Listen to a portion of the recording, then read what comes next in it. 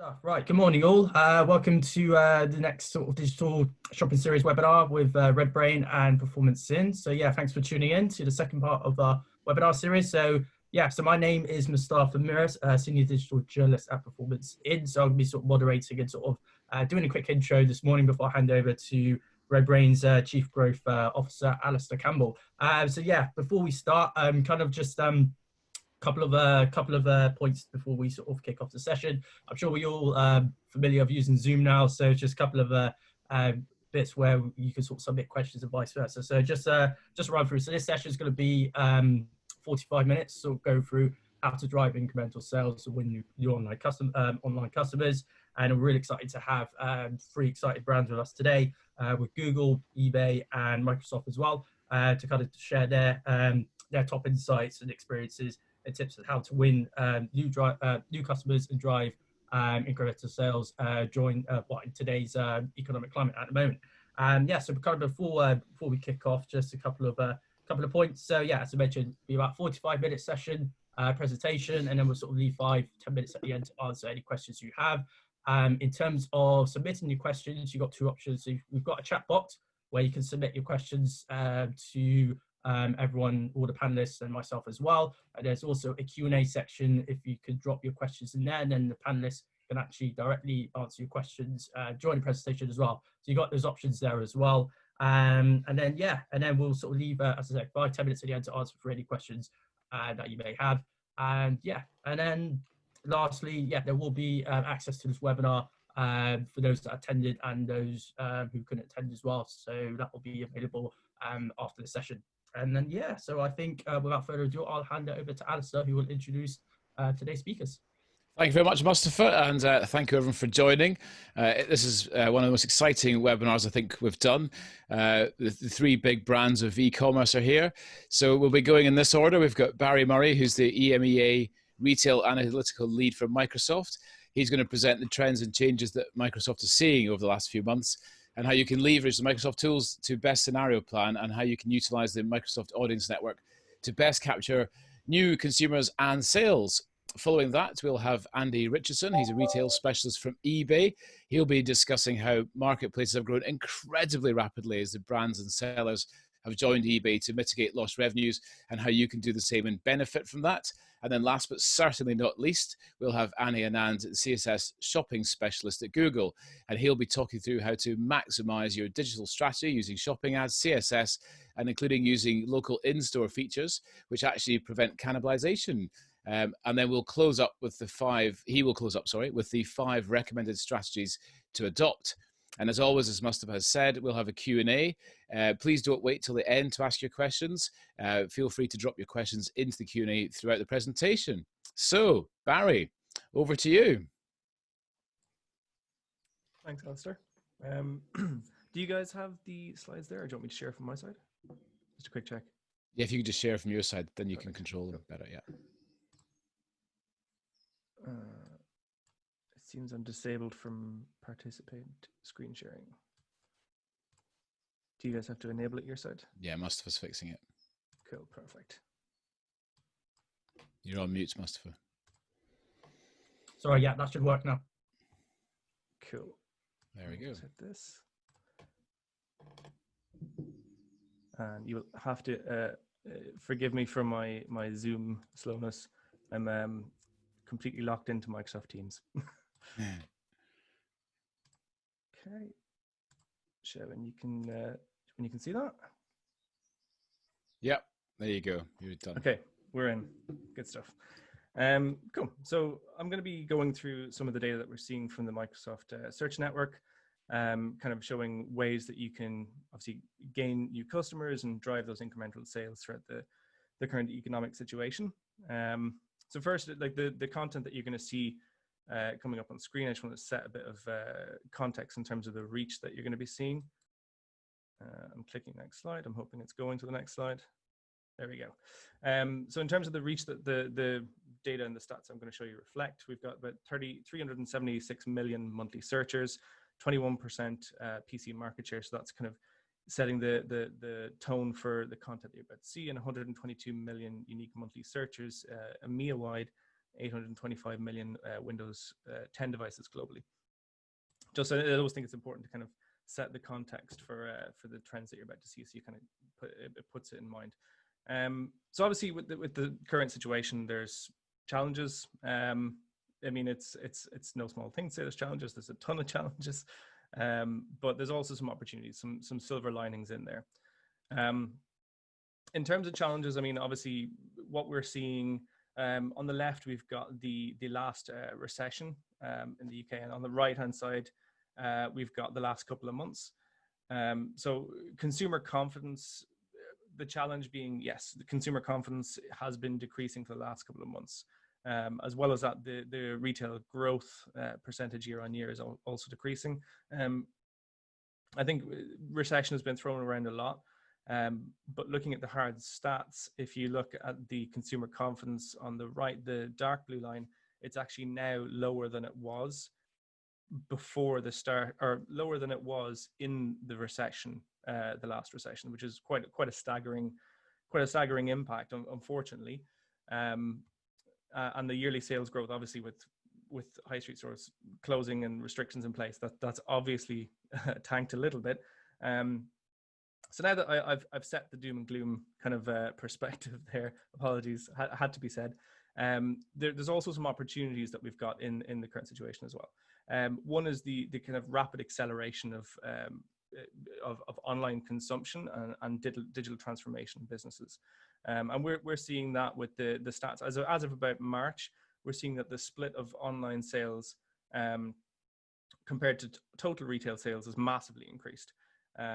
So, you know, while you see here that the all up retail sales has dipped a bit, that split is massively increased, more than it has done since 2008 and beyond, which is a massive opportunity for us to get new customers in and to drive those incremental sales that we're going for. So that's one kind of key major opportunity. Another one that I think kind of might go under the radar to some extent, but I think it's important to keep in mind is messaging and positioning in the current situation. So I think Global Web Index did quite a few surveys, which is like, I think the results were really strong. But if you look here, the percentage of people who they surveyed who were actually approving of brands taking taking a position on the current situation in their messaging was 74% actually approved of that. Which, with all the saturation out there, you might imagine, oh, people are pretty sick of this. No, they actually approve of brands taking a stance on that. I think the powerful one point here to take away is that 65% of people think a brand's response will actually have a huge impact on their likelihood of purchasing from that brand in the future. So that's a really key point, I think, to bear in mind, that on our network, I did some analysis back in May, and we found that about 59% of people had actually changed their ad copy in some way since the whole situation started. Which, when you think about this strong result from people, showing they think it's going to make a huge impact on how they purchase, that's, everybody should be doing something along those lines to make sure that their messaging is there in the public, and to see that they're taking a stance, taking action. So I think that's a huge opportunity for people to take, and it will, as people might be driven away from brands, it's something that can help you grab that new net, those new net customers, and drive those sales. So that's one that might fly under the radar, but I think it's a very important one. So in terms of the data that we're seeing here in our network, since lockdown and a little bit before lockdown, we're kind of seeing three kind of key themes that these search trends fall into. The new normal, which is, obviously the new normal. Everyone's in lockdown. People are working from home. They're adapting to having kids running around them because they can't go to school. They have more time in their hands than they've ever had before. We're seeing that reflected in the search data. Environmental awareness, because they're at home, they're sitting down, they're looking around, going, don't like those curtains, don't like those blinds, let's change things up. They have that desire to change their environment. And then obviously, personal care and appearance. Sat at home and you're thinking, maybe I'd like a haircut. Well, obviously, haircut, you can't really do that. And interesting, when we saw a massive increase in people searching for hair clippers. But I mean, with people spending time at home, they're kind of looking for those things that fall into these three categories. And so that's one thing I would say, is that when you're looking at the search data in terms of trying to figure out where to push for these new opportunities and to drive your sales, think of the kind of macro trends that you're seeing. And here's a kind of a snapshot throughout lockdown, what we're seeing in our kind of major retail verticals. So on the left-hand side of these little pockets of bar charts is the start of lockdown, all up until the 30th of May. And you'll see it's quite different per vertical. So apparel, for example, we had a really slow start, as supply chains were disrupted, and then things kind of really kind of picked up midway through lockdown, and we're seeing good steady year-on-year growth, which is what these bars represent. Apologies, it's year-on-year growth. Beauty and personal care, we had driven by sanitization, hand gels and things like that. So we saw an initial spike, and as people became more comfortable towards the current situation, it kind of tapered off a little bit. Same thing with food and groceries, massive spike at the start, and things kind of gradually decreased as people became more acclimatized to the situation, and panic kind of faded away a little bit.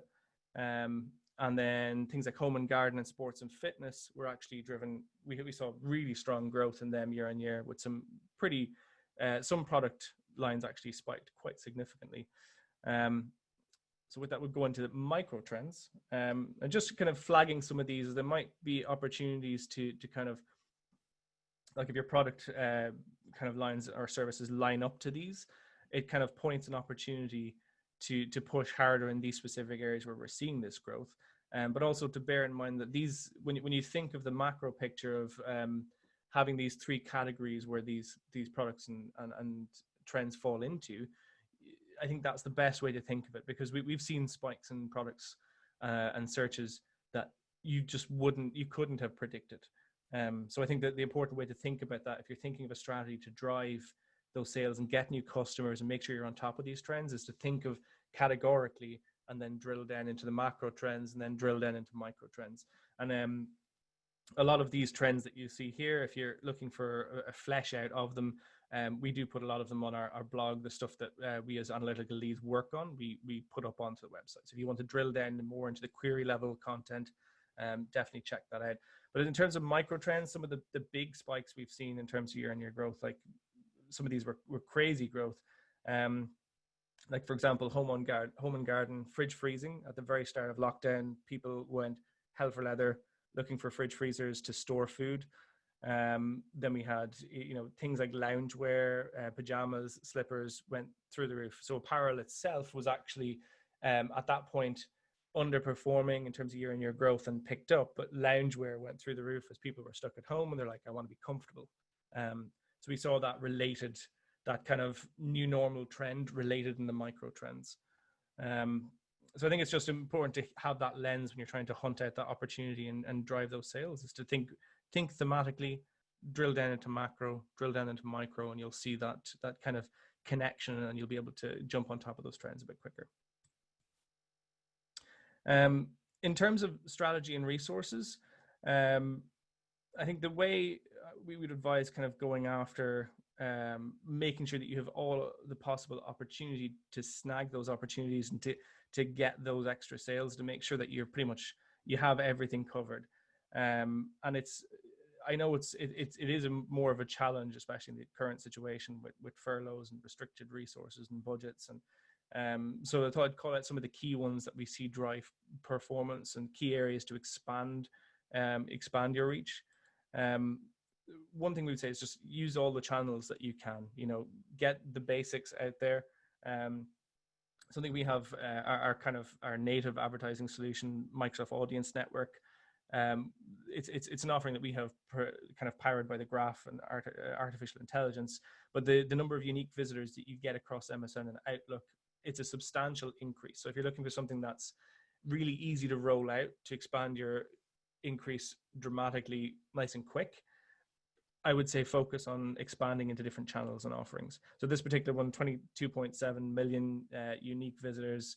One key kind of difference with this is that 23% of our advertisers or our audience with the audience network are in the top 25% income band.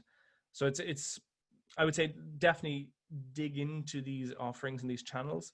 I don't want to kind of read out constant stats to you, so I'll leave it there in the screen for you to have a look at, but just to bear that in mind, to utilize the channels available to expand your reach.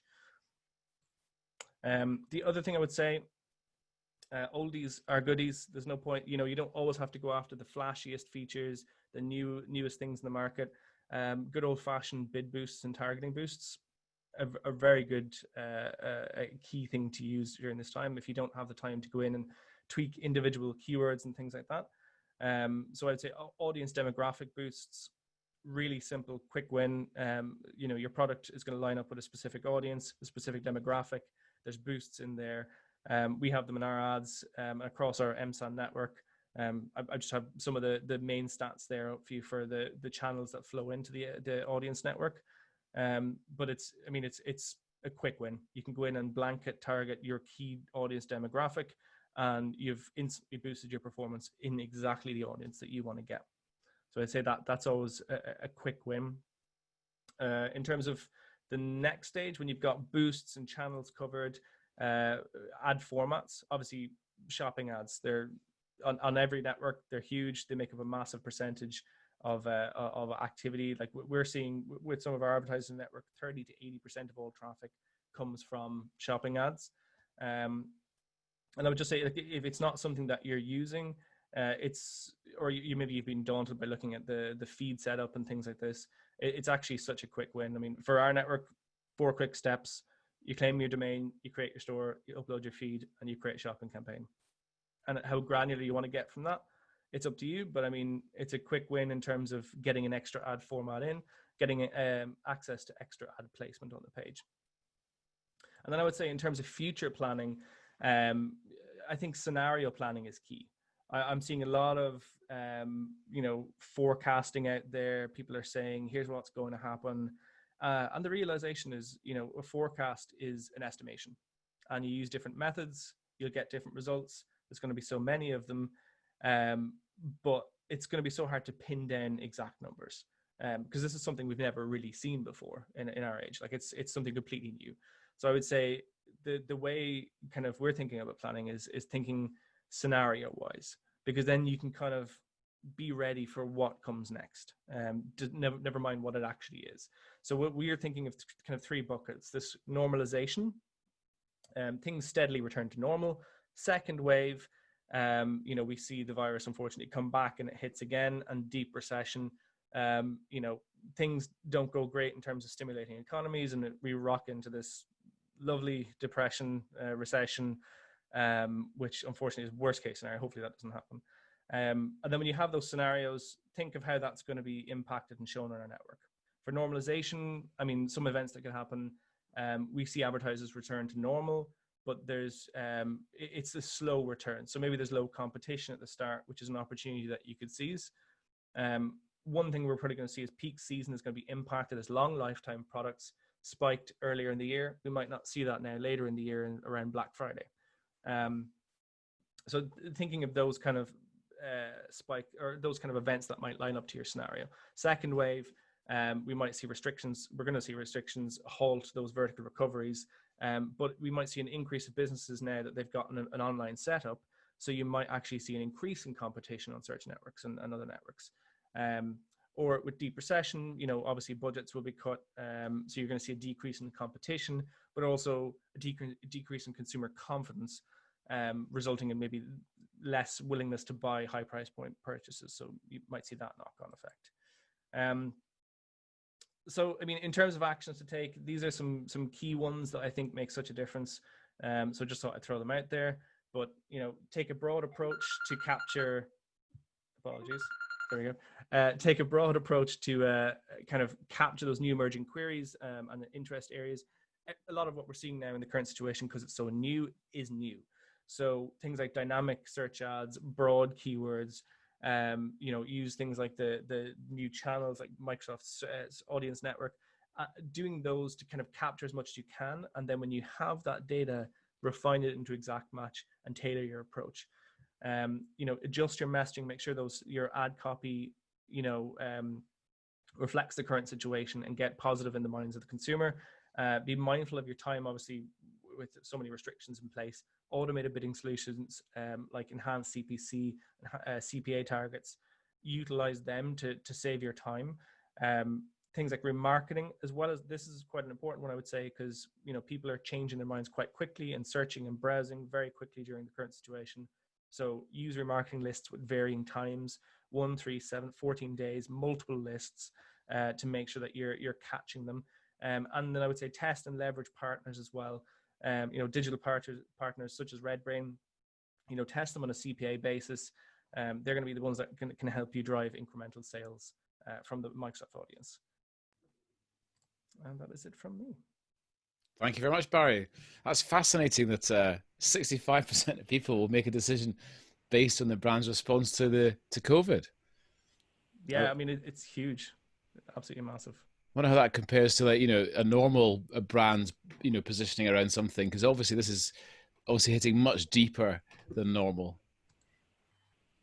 Yeah, I mean, it's on top of everyone's mind. And my first instinct when I thought about it was, people are going to be seeing a saturation of messaging, and they're going to be like, oh God, not another one of these ads. But I think as things progressed, people were kind of thinking, right, well, what are you doing about it? What are you as a brand doing about it? You're trying to sell. Are you trying to sell me stuff? And I've seen quite a lot of advertising campaigns now where they're positioning themselves and saying, this is what we're doing to try and make a difference. And it's kind of plugging into that, everyone working together to get through this. Really, a really big emotional response then. Yeah, absolutely. Yeah. Okay, well, there's some questions we'll come back to. Now we're going on to Andy Richardson from eBay. Hi, Andy. Morning, guys. I'll share my screen.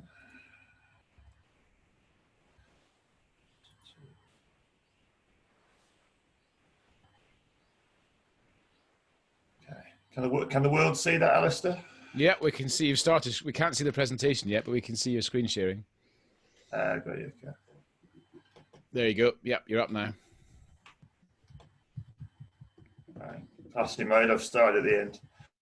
So, look, guys, I'm Andy Richardson. I've been working in the marketplace space for about 5 years, and sort of a 15-year career in retail ahead of that. So, what I wanted to do today really was push on one particular angle, which I think might be useful for you guys to get a little bit more sort of knowledge in, which is based around how do you think differently about your sort of expanding your retail channel strategy as the world has become disrupted, and some of the things that Barry mentioned. So look, it's a different route to incrementality. I'm not going to be talking to you about traffic, very much focused on where do you try and place your products differently, because I think there's a great opportunity and a bit of a silver lining to what is obviously a very difficult global situation at the moment. So again, I'm going to be a little bit of a doomsmongerer, as Barry has been, and no doubt this might be the continuous thread throughout. So, look, in the start of this month, I think the World Bank pointed out that it looks like a global recession is going to be the biggest we've seen in 6 decades, biggest since the World War II, and we're looking at a contraction of over 5%. The point in raising this is things are going to be disrupted in a way we haven't seen before in our lifetimes, and it's going to come with effects which are going to last for a significant period of time. There is opportunity within this, but we've also got to be very mindful as to how we can start to be very more adaptive to a new set of circumstances. Now, with that in mind, and I'll come on to some of the things which I've personally seen in the last sort of 7-8 weeks at eBay.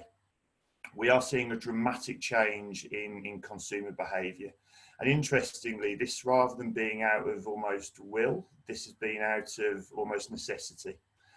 So whether it's been picking up medicines, being able to get food to your families, being to take up a new pastime that keeps you entertained and the kids entertained at home, there's been tremendous disruption to purchasing channels.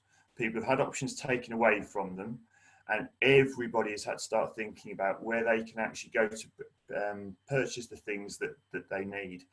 And that's no more true than we have seen in the marketplace space.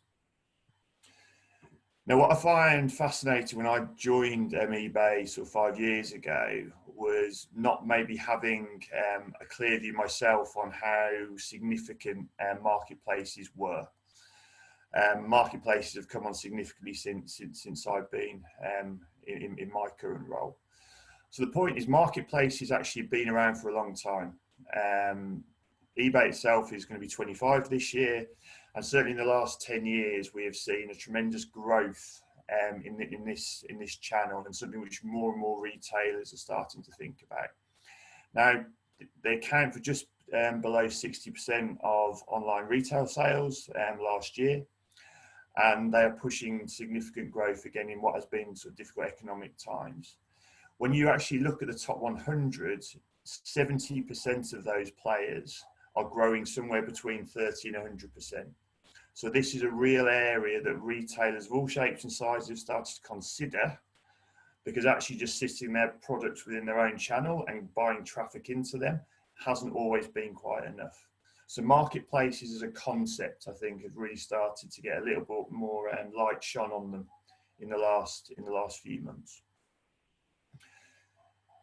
Now, you're probably familiar with some of the players in the space. You have some tremendous marketplaces coming out of China, but about 75% of the top 100 are actually almost in North America and within Europe. And the reason I mention that is actually the access to these channels to push products in your own domestic region are here today. And also, if you wanted to expand internationally, again, with a North American customer, which has similar demands from some of the trends we have seen, again, there's the ability to utilize their marketplaces to go and get that customer. Now, marketplaces have been a little bit misunderstood, in my opinion. And the one thing I'm always amazed about is how misunderstood eBay can be. So when I came in, I believed that eBay was an auction site. I believed that was where I got rid of my tat. And I believed that was where actually you didn't see new products and you didn't see big name retailers that we were familiar with actually selling on these platforms. The actual reality is very different. So eBay itself, about 85% of users start their journey on eBay. If I take one particular example of our sort of friends down the road at Amazon, when we have Prime Day, again, we get tremendous traffic boosts because people are already looking at marketplaces, and eBay tends to be a place where people almost go and check a price or go and actually see if what the deal they've got in front of them is the value that they perceive it to be. With that in mind, while we have lots of challenges around myth busting, what we've actually seen during the pandemic is people have started to reconsider not only marketplaces, but also to reconsider eBay. And as a result of that, what has happened is that we have brought on a tremendous amount of incremental customers to the site. Now, I can be cynical and say that I'm pushing a bit of an eBay message here, but I think we're actually a very good vehicle here to demonstrate the power of marketplaces, but more importantly, how eyeballs have started to shift. And as I say, out of necessity. So if I think about the toilet paper crisis, which gripped the UK in sort of March time, people turned to marketplaces like eBay to satisfy that demand. And actually what's happened is that we've started to hold on to those eyeballs, and people have started to consider us for other categories. And some of the ones that Barry mentioned, be it in home and garden, some fashion brands, tech areas, we again have not only seen tremendous growth in these areas, but we've also seen sellers come to us and say, actually, this is a place where we need to be putting our product because this is where the eyeballs are moving to. But I've talked a little about our scale, so I'll touch upon this very lightly. Light blue section at the bottom is eBay in the UK, and the orange is Amazon.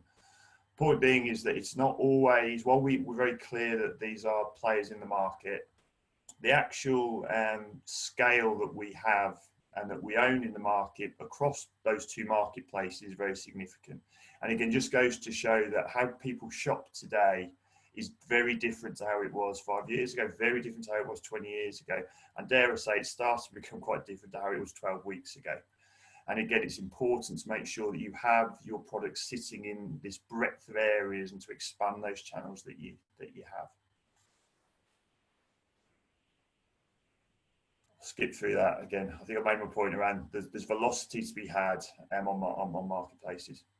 Now, the other interesting thing I think about marketplaces is if you look at the customer bases that they have, customers don't necessarily have one particular product journey that they're looking to achieve. The product lifestyle, so life cycle, means that actually eBay and Amazon, other players can be a wonderful place, not only to launch your new products in difficult times, but also if you are looking to clear stock out of warehouses when you haven't been able to do that. It's a great way of doing it, necessarily without damaging some of your brand or your pricing infrastructure you might have on your own website. And effectively, these marketplaces, because they have such a broad set of customers looking for different customer needs, you can actually sell the product throughout the life cycle. And I think that's particularly important. And I think that's one of the comments mentioned earlier was around actually this disruption of the global supply chain.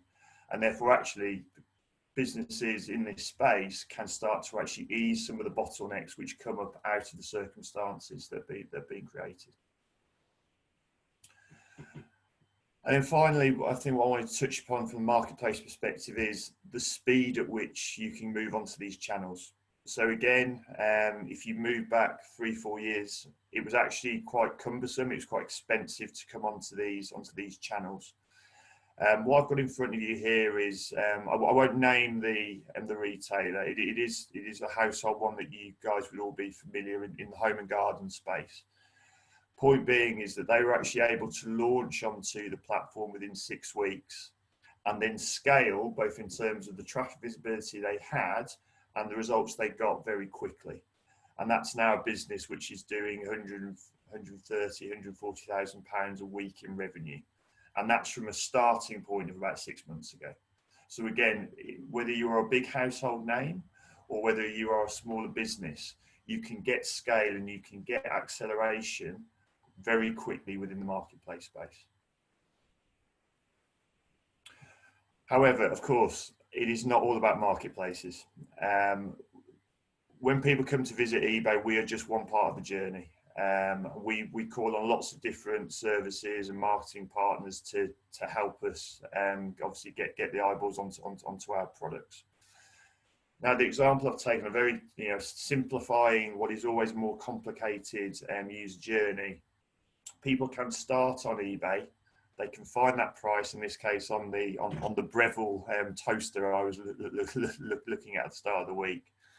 But then they will go onto Google, they will look through the ads, they will look to see the comparative pricing on the different shopping channels, and then they will make their decision.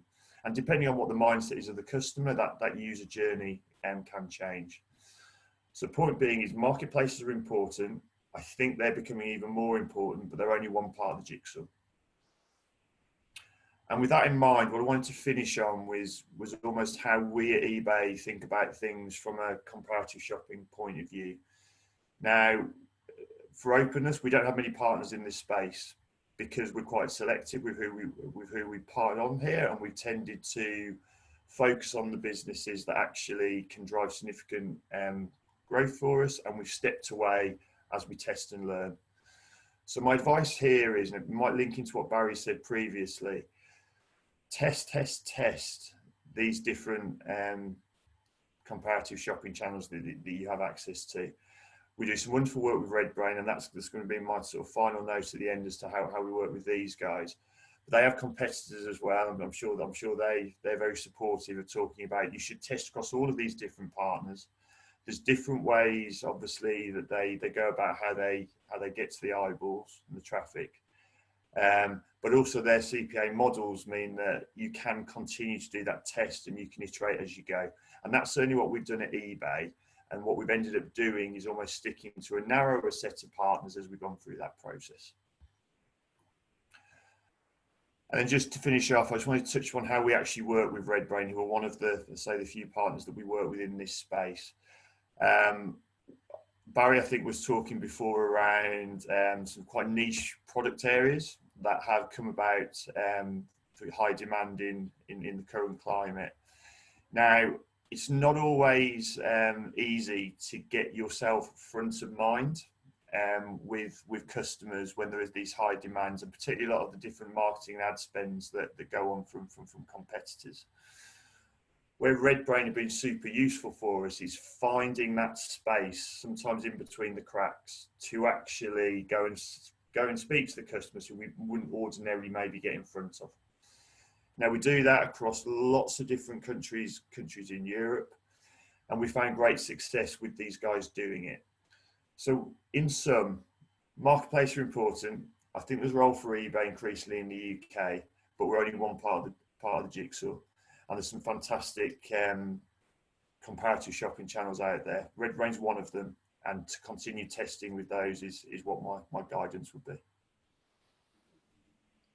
Thank you very much, Andy. That's very interesting. I think the interesting thing you're touching on there is the testing, isn't it? Like, I mean, RedBrain do so much testing across the ad strategies, and that's what really makes a difference, I think. Yeah, no, absolutely. And I think the nice thing about, again, the CPA model is that you can test. Yeah. Test, see the success, move away from some partners, maybe get into bed more with others. But as you go through that process, you know, I suppose the collaborative learning you get is really strong. And we've certainly found having that as an approach just means that you land in the right place. Yeah, I think we'll see more of that, not just, you know, obviously with eBay and RedBrain, but I think across lots of different merchants and lots of different channels, we'll see more of that collaboration approach. It seems to be like a really hot topic just now. Got one question for you. You mentioned about how you've got this increase in new sellers coming onto the platform. You described it quite nicely in how they're coming on to actually sell new and beyond the marketplace. Are the ones that you're seeing who have come on since March, are they different to pre-COVID? Are you seeing a different type of new seller coming on? Yeah, I think there's more than seeing an entirely new customer. It's more we're seeing the indexing of customers is changing. So typically eBay, and dare say maybe a typical marketplace customer, tends to be looking for sort of high value purchases, is looking to get a price whereby they can get a product that they aspire to get. A Dyson product might be an example. They come onto eBay and get a refurbished version of that. What we're starting to see is a bit more of a mainstream customer come on out of necessity.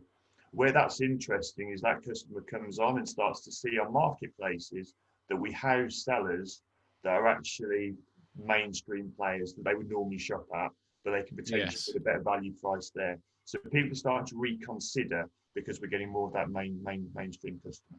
So almost like a lack of supply has driven people to look for a different place to find something, and then it's opened their eyes and they've realized actually I can buy all this here, and then they've seen all the sellers actually who they recognize, and it's changing their perception over the last 12 weeks. Yeah, look, absolutely. Eyeballs are shifting, and I think marketplaces have been the beneficiaries of tremendously difficult economic circumstances. But what it means is that as things get better and people have reconsidered players in this space, they will hold on to the eyeballs and people will start to shop differently. Yeah. Okay. Thanks very much, Andy. Now we're going to Annie from Google. Over to you.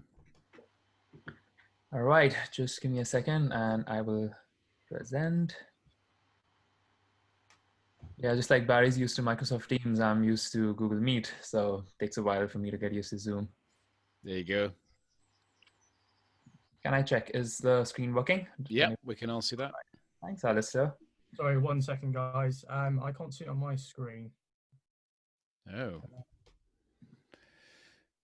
Barry, Andy, can you see that? Yep. I can see it too. Want to try presenting again? Can you see my screen now? I can't. No, it just says that Annie's started screen sharing and it just stays there, which is weird. All right, let's try. But if everyone else can see it. Yeah, it's probably a... How about now? Yeah, it's still the same. I guess we'll just press on if everyone else can see it. Absolutely. And if someone comments that you cannot see the screen, then please let me know in the audiences. Yeah. I'll assume everybody can see my screen except Mustafa. All right, perfect. Let's get started. All right, good morning, everyone. In this section, we'll be going through shopping ads by Google. I'm Anirudh Anand, and I'm a shopping specialist at Google based out of Dublin. Normally, I would say Dublin office, but now I'm working from home as all of us. So thank you for joining in. We'll be talking about shopping ads and how retailers can use some of Google's services and products effectively during these times. Of course, we would also look into some trends and some takeaways on what we could do as retailers.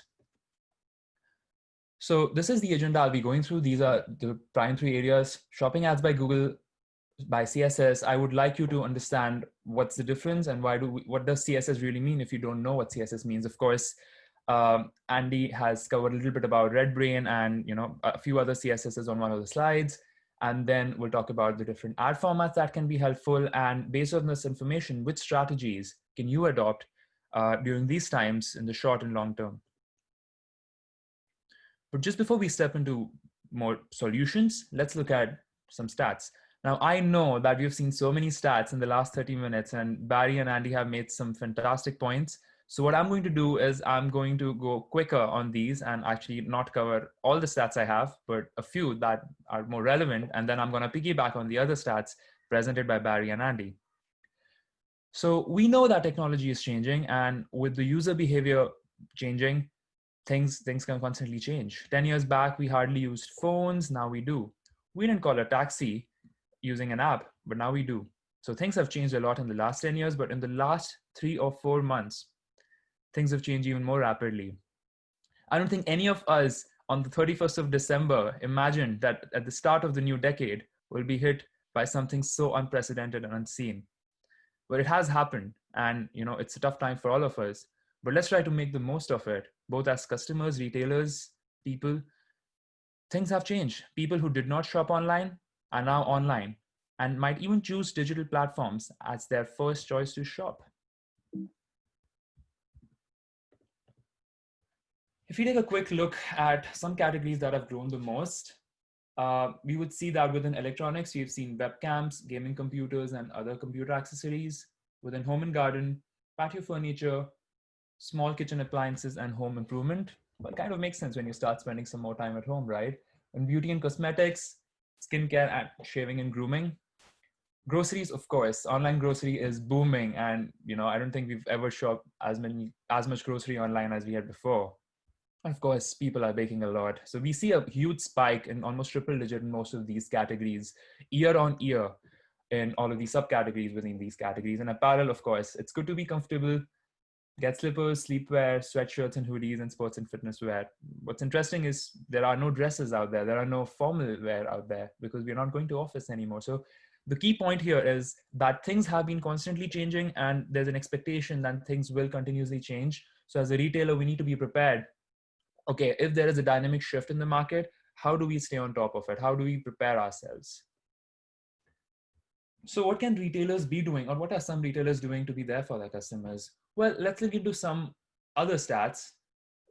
On Google Trends, you can see that delivery worldwide has actually grown 2x in the last few months. And this clearly helps us understand, okay, people are looking for more information, relevant information. They trust companies to deliver their products on time. And they would like to shop online a lot more. So what I would say is be present, make sure you're visible when they're looking for you and your products, and focus on great delivery experience.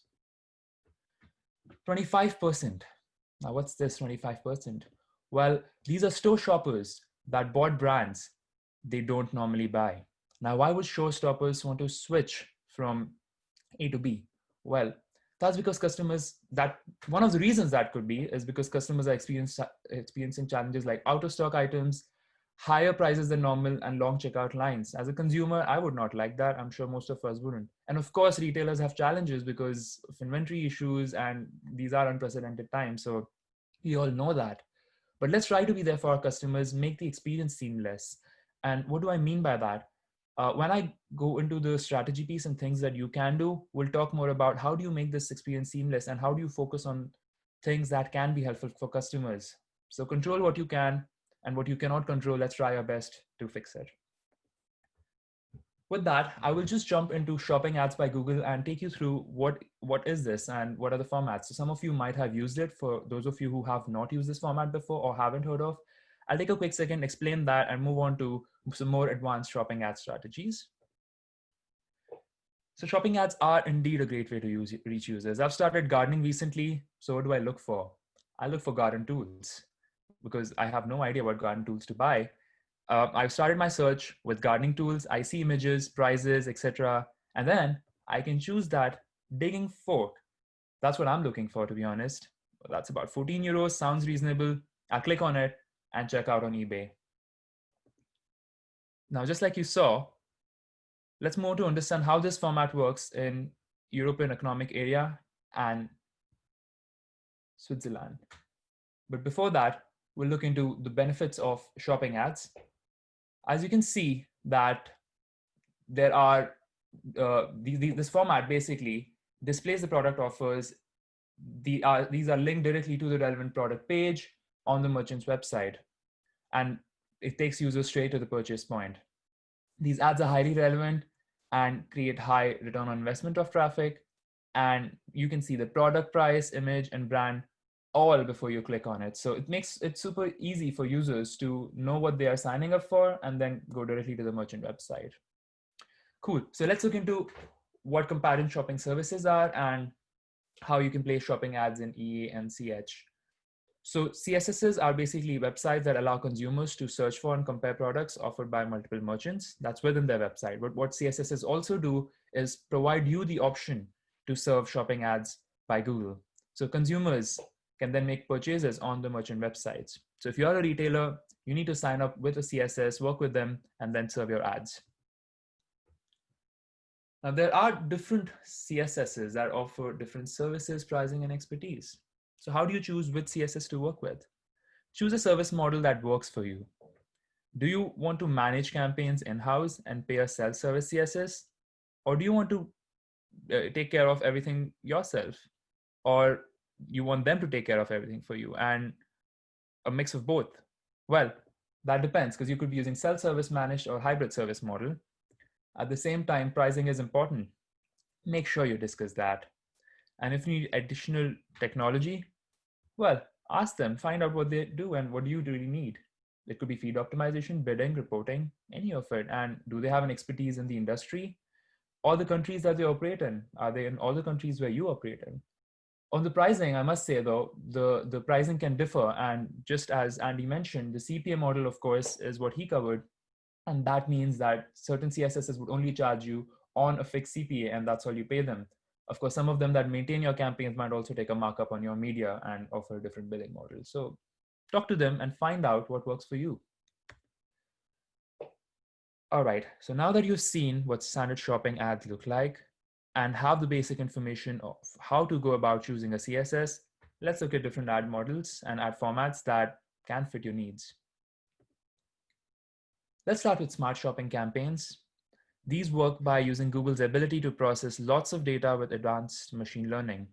They start by continuously analyzing Google's insights on user queries, intent signals, and many more, and your insights on your audiences, brands, products, basket size to determine patterns that correlate with online conversion value. And then at auction time, smart shopping campaigns use all of these insights to decide whether the user is likely to provide high value and how much it should bid to maximize value. Which product is the right product to show at this point in time, and whether to even show an ad in the first place. It does all of this in tenths of a second, achieves great results for our retailers, so your teams don't have to spend a lot of time. So where do they show up? Well, they show up on search, display, YouTube, and Gmail. So we cover them across different properties. And of course, within search, you would see them as standard shopping ads, but on display, network, YouTube, and Gmail, you'll be using audiences, you'll be using display formats, and all these formats look different, and some of them are very native looking. One thing to note is that in Europe, smart shopping campaigns can be used by any comparison shopping service you work with, and the ads will show based on which services or surfaces the CSS has opted into. So yes, it does work well because we've seen 30% increase in conversion value on average when we use smart shopping campaigns. So I would suggest test, test, test. That's what we talked about. That's what Andy said. Just test it out, see how it works for you, and you'll know if that's the right thing for you. At the same time, you can make the most of shopping ads. We talked about standard shopping ads, we talked about smart shopping ads, but let's talk about some formats that can cater more to your business needs based on what you do. Now, if you have a store, if you have a brick and mortar store, then be omnichannel. Focus on local inventory ads.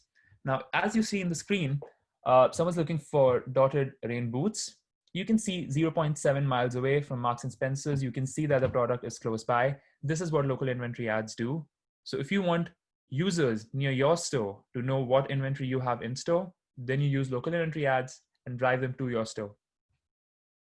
One thing to note is that because of COVID-19 and because stores have been closed, of course, there are other things that stores are offering, like picking something from the curbside or picking from the store later and stuff like that. Some of those options are available in beta. And if you have an NDA with your CSs, they can help you with it. Now, what you could also do is you could be inspiring your users with showcase ads. Let's take a quick step back. Imagine you have a store, right? And at the entrance of your store, you have a showcase that displays a good glimpse of the products you have, which can then inspire them to walk into the store. That's what showcase ad do, but in not offline, but online. So you would drive users to see what you have and then inspire them to come to your website. So let's cover showcase ads first. What you could do is you could target upper funnel queries with showcase ads, because 40% of shopping related queries on Google are broad. So people are not specific. They're a little more upper funnel. They want to know what's out there. So then you can display a showcase ad format and show them what's out there. What do you offer? So you can highlight your brand, website, and merchandise. On the left, you see a collab showcase ad. So that's what they would see when they initially search on Google. They'll see, oh, summer dress. That's the image. Oh, they have a couple of nice summer dresses. That looks neat. Let me get into it. Once they engage with this ad, you move to the right, you see the expanded showcase ad that gives you so much visibility as a brand, because there's a header image, logo, description. You can put call to actions there, landing page annotations, and products from shopping feed. And by the way, if you scroll down, you can see a lot of products there from Misguided in this specific example. And yes, in terms of case studies, we saw that 68% of users targeted by showcase ads were new clients to the brand. And we definitely see a lot of new users coming to showcase because it's mid-funnel, slightly more upper funnel than regular shopping ads. And then we also saw that About You saw 30% lower bounce rate and 65% more time spent on website with showcase ads. With that, we move to local inventory ads. Again, like I said, this is for you if you have your focus on in-store sales. And what we know from one of our research is that 58% of in-store sales are actually influenced by a digital touchpoint. And 3 in 4 people who conduct a local search actually visit a physical store within 24 hours. So you can inspire your users, you can influence them to come to your store through local inventory ads. In very simple terms, you let shoppers know that the item they want is there at your store. You can show in-store, you can show the distance, and at the end of it, there is no cannibalization of your online traffic because this format only shows to shoppers close to your store. So what are the strategies to adopt? Well, I would say, let's look at what you can focus on. I believe that less is more, and we will look at the top 3 focus areas to accelerate e-commerce. So let's try to keep that simple. How do we accelerate e-commerce? I think the first key point is improve customer experience. As I had mentioned, a lot of people who weren't online are also online now. So online, there is an online boom. So why don't we make the most of it? Your opportunity, things that you can do, is to optimize customer sites and experience for speed, simplicity, and convenience. Keep online migrated customers engaged. How can Google help you? Well, a quick website audit with Grow My Store can help you understand so much more about how optimized your website is. At the same time, paid speed insights will improve your website speed, and your UX can be improved with UX Playbook. when this deck is sent to you, you will be able to click on these links and go to them, or you can just Google search them. These are all free resources, but can be very useful.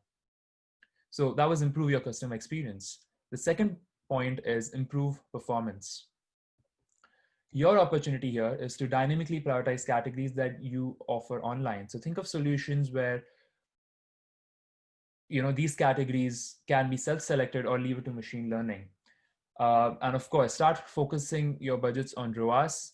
Of course, clicks are important, driving traffic is important, but for you to be profitable, to get that cash flow flowing, it's important to focus on return on advertising spend. And finally, optimize presence on platforms to maximize sales. Well, that's great. How can Google help? Well, we can maximize your conversion value with smart shopping campaigns, the format that I just talked about a while back, which uses machine learning and actually also helps focusing your budgets on categories that need more budgets. And you can visualize data to gain insights with Data Studio. If you haven't heard of Data Studio, you can actually visualize a lot of data, whether it's from Excel sheets or BigQuery or SQL. All of that can be visualized on Data Studio. So you can create dashboards and track activity real time.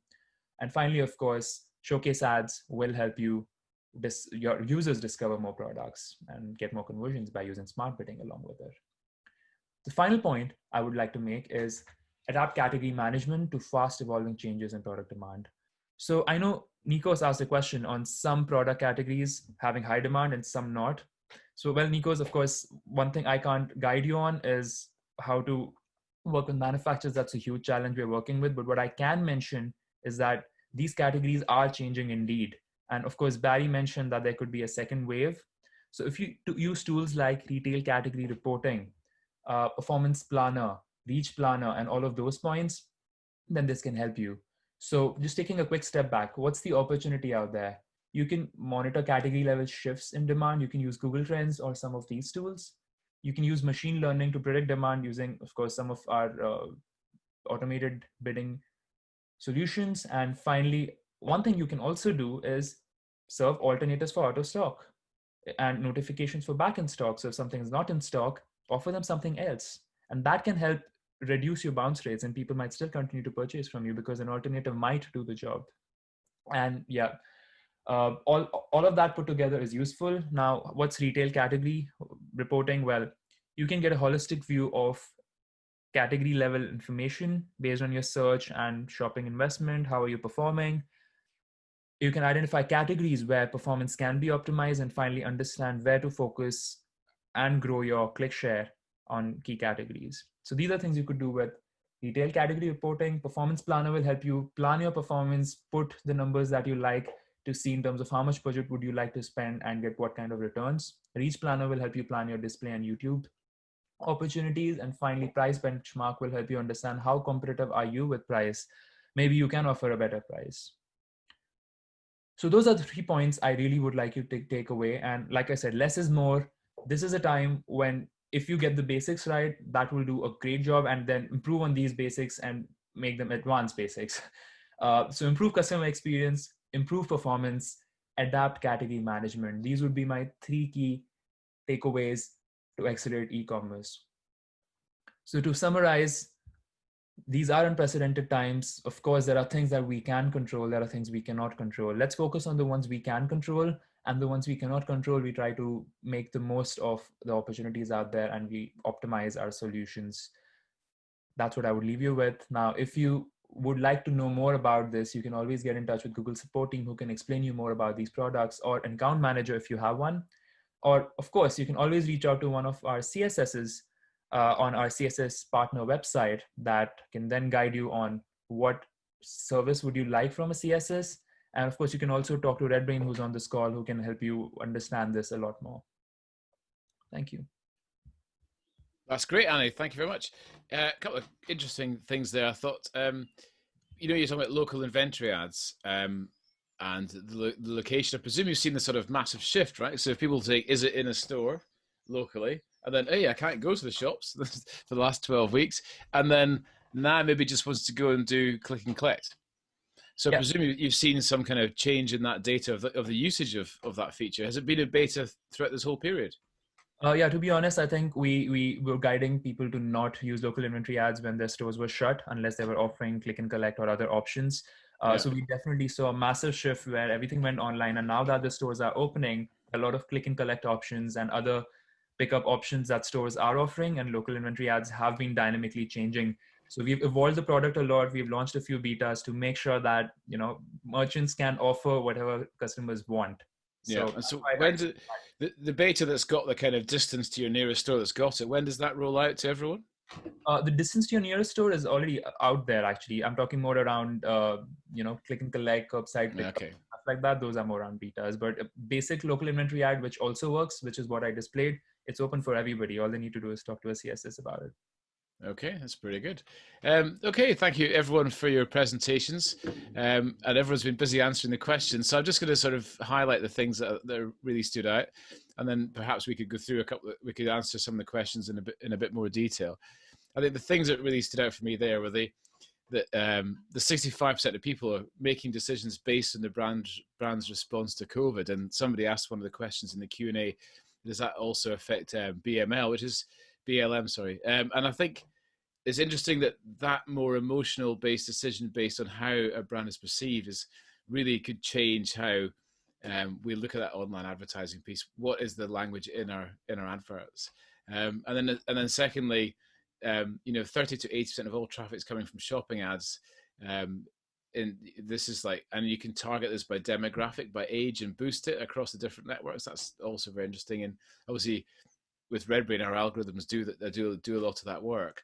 And also, I think this key thing here is all these companies have got data. So if you're sitting there, they all have data they can share with you around the metrics, around the consumer behavior, and you can use that data to drive your tests. So I think that's worth always looking at what's available, things like Data Studio, and everyone's got their equivalent. That's really valuable. And then just the sheer volume of consumers looking at marketplaces like eBay, the scale that we saw in Andy's chart there about the number of eyeballs comparable to Amazon there. So if you're not on there, then you should be as a seller.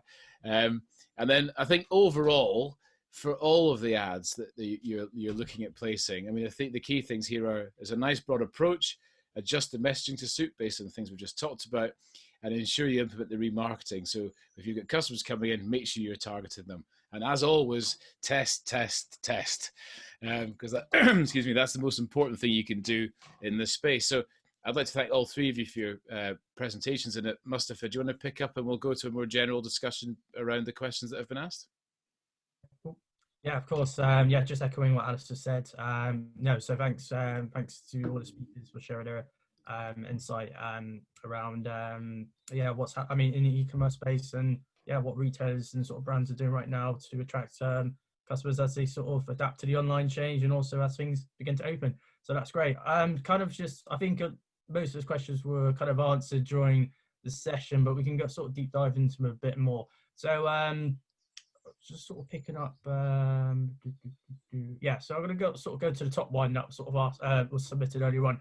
So kind of what counts as a brand responding to coronavirus, talking about how they are ensuring that their teams stay safe, or responding more to trends coming out of coronavirus and anxiety around it, for example, mindfulness. So I think Barry answered this one earlier on, but might be one for Andy and Annie as well. So also maybe the question there could be actually for the guys, it's like, are they seeing a change in the language and the imagery used in adverts because of it? Because that would show that the retailers really have got a grip on it, wouldn't it? Yeah. Yeah, I think it's an interesting topic area, right? Because where there is probably opportunity on the emotional level to make sure that you are presenting yourself in the right way, and people are reacting really well to those businesses who are seen to be doing the right thing. And we've also got to be mindful of just maybe some of the things out there which are going to actually give you a bit more of a negative impact by mentioning some of these terms. So if I give you an example, we did at eBay recently, we did a Shirts for Heroes campaign with the Premier League. And the listings that we had, actually, if we had been mentioning it from a coronavirus point of view, that actually was going to lead to some of our listings to be removed. because we've also wanted to make sure that people aren't trying to profiteer from just connecting themselves with these causes and actually doing it for the wrong reasons. So I think you need to be careful when you do it. If you're doing it for the right reasons and it's organically part of what you do, fantastic. If you're just trying to do it to get more traffic, then actually I think there are things out there which are going to stop you from doing that. Cool, great stuff. Sorry, must have Barry's. Apologies. No, I actually just wanted to add it because I was thinking about it when I answered that in the chat window. I was thinking, right, I should have added that in. Really good point, Andy. I think in terms of mentioning that, like taking a response to it, I think it's really important, but manufacturing a response to it when you don't actually have that set up I think it's absolutely no-go. I think it needs to be with trust and integrity, as opposed to just jumping on the bandwagon because it's going to get you sales. Yeah, I just wanted to chime in. Like, really, really good point. Yeah. Do you guys monitor anything like on price gouging? I mean, do you have, like, if somebody comes on and say, we're here to support, so here's our brand new hand sanitizer and it's 5 times the price of everybody else's. Are you guys doing comparable price checking on that? Absolutely. We have a very clear list of categories that we didn't want to see price gouging happening on, and we effectively would ensure that sellers were not profiteering from. So we were on that from the start. I think that was really important. I think from our side as well, we shut down quite a lot of campaigns that we're trying to set up, just to stop that sort of behavior, because it's not right. It's not the behavior we want in our network. Yeah, the other thing we also saw was people using coronavirus terms when it was not even necessary, and I think our policy teams had to take down a lot of stuff which was not following policies and which wasn't the right thing that your retailers were doing at some point. So literally adding terms about COVID and coronavirus into their adverts, despite the fact the product had nothing to do with it and wouldn't help them. No, not exactly. In some terms, yes, but also just trying to highlight that, oh, this product can help you, and just false publicity or saying that a product is relevant, or even on the landing page might give us a trigger that you're not doing the right thing. That's amazing, isn't it? Yeah. Cool. We just had a couple more questions that come through, so I'll just touch through these. So I know we touched on a number of verticals earlier through the presentations, but one person submitted. Is there sort of any views and data of how COVID has impacted the automotive industry and their digital strategies? So certainly on eBay, and I think it was raised again at the very start, or certainly an article I might have read in the last 24 hours. Some categories have accelerated and some have been held back. And we certainly saw that. We have a big parts and accessories business, obviously linked into automotives. At the same time, we've actually seen great demand from those businesses to come onto eBay and to try and open up a new channel to mitigate some of the challenges that they're seeing in that sector. Cool. And then I've got another one. So, what would be the best way to see if our what would be the best way to see competitors are making use of CSS paid ads? That was another question. I can take that one. That's we don't have specific tools to help you get details into your competitors, but I think what you could use is, if you yourself have a Google Ads account, you can see auction insights reports to understand what competitors are actually advertising in the same auctions that you are. At the same time, if you want to understand which CSSs they're using, simple Google searches in that area where you advertise on that country can show you ads. And in the shopping ads that we serve, we always say buy CSS. So you'll be able to see, okay, it's by RedBrain or by XYZ. So you'll know which CSSs they're potentially using. And customers can be using multiple CSS at a time. It has its advantages also in some ways for some people. So you could also see that they have multiple CSSs that they're working with. Yeah, and obviously shopping ads are actually designed for multiple CSS use. There's actually, actively promoted. We all have different, all the different CSS have different strategies, different techniques, different levels of competence with software and AI bidding and so on. So looking for a competitor using one CSS is probably not the right thing to do. The problem is to look at the question would be is how many are you using and why are you using them, what the strategy is, CPC, CPA, etc. Cool. Great stuff. And just another one's come through. Is CSS compatible with travel brands? Yeah, I can take that quickly. So in short, the answer would be no, unless you're selling a product specifically. If it's a vacation that you're selling, then no, I mean, you cannot use it. It's mostly for retail. Yeah. Cool. And I just got one more question from my end. I guess looking into sort of coming into Q3, Q4, potential. Well, just looking beyond 2021, potentially what that landscape is looking like. So obviously we're kind of looking at the sort of new the new sort of consumer. I guess as things kind of slowly adjust back at the moment, online activities boosted, and obviously the points that were sort of touched on earlier. I guess my question from my end is kind of showing all the kind of marketplaces and tools that are kind of coming into play. It's just how much brand performance has become much more aligned now than it's ever was before. So do you reckon, just kind of from a marketing, I guess, performance perspective, just is that going to be, is that the kind of the next shift now in terms of performance marketing, if you can say, for retailers? Who's going to go first? I can take it. So we have certainly seen a change in the perception from retailers on what marketplaces can do. With that in mind, there's been a much more collaborative approach to going to market in partnership with them.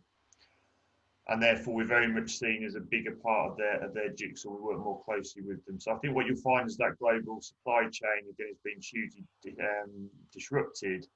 And actually, if you can work with a marketplace and take some of that complexity out, and also with a partner who can shift some of the bottlenecks with your business, then I think that will be a big part of the next 6 months. And my big question would be, when we get to peak and when you start kicking off with things like Black Friday, actually which products and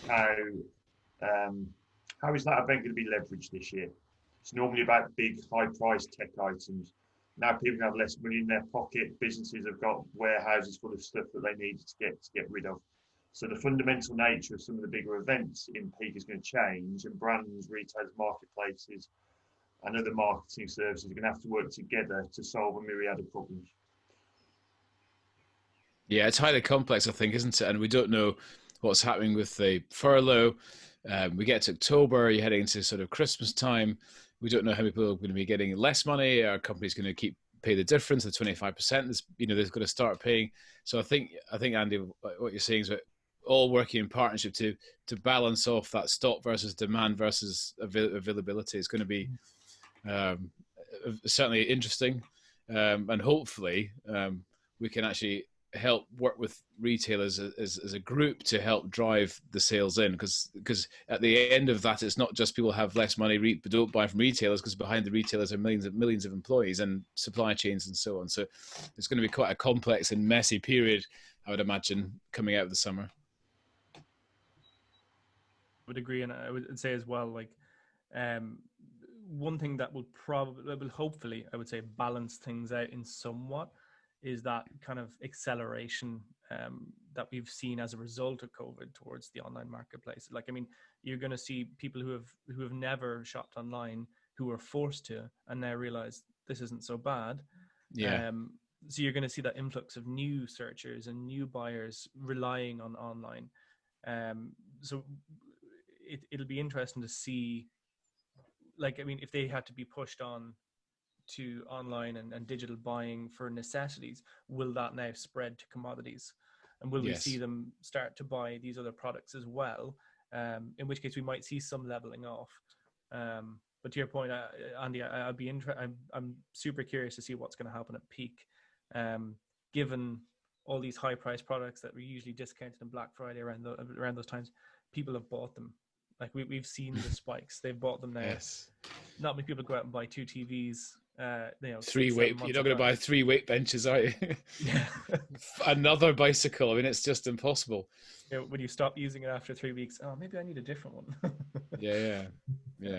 That's very true. I think that whole there's been effectively a rush into things that would normally be bought as big ticket items. I mean, you cannot buy a mountain bike in some shops, weight benches. I mean, you must have seen a lot of this, Andy, because normally, you see things like weight benches and free weights, all of which we saw at RedBrain rocketed up in the sort of week 4.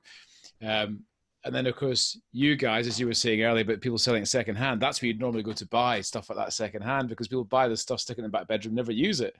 So are you expecting kind of rush of this stuff coming back onto a marketplace, post-summer?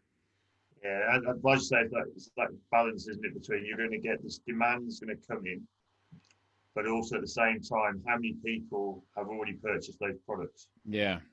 And it's going to be a real, I almost feel that these peak events are going to be what the big players decide they will be.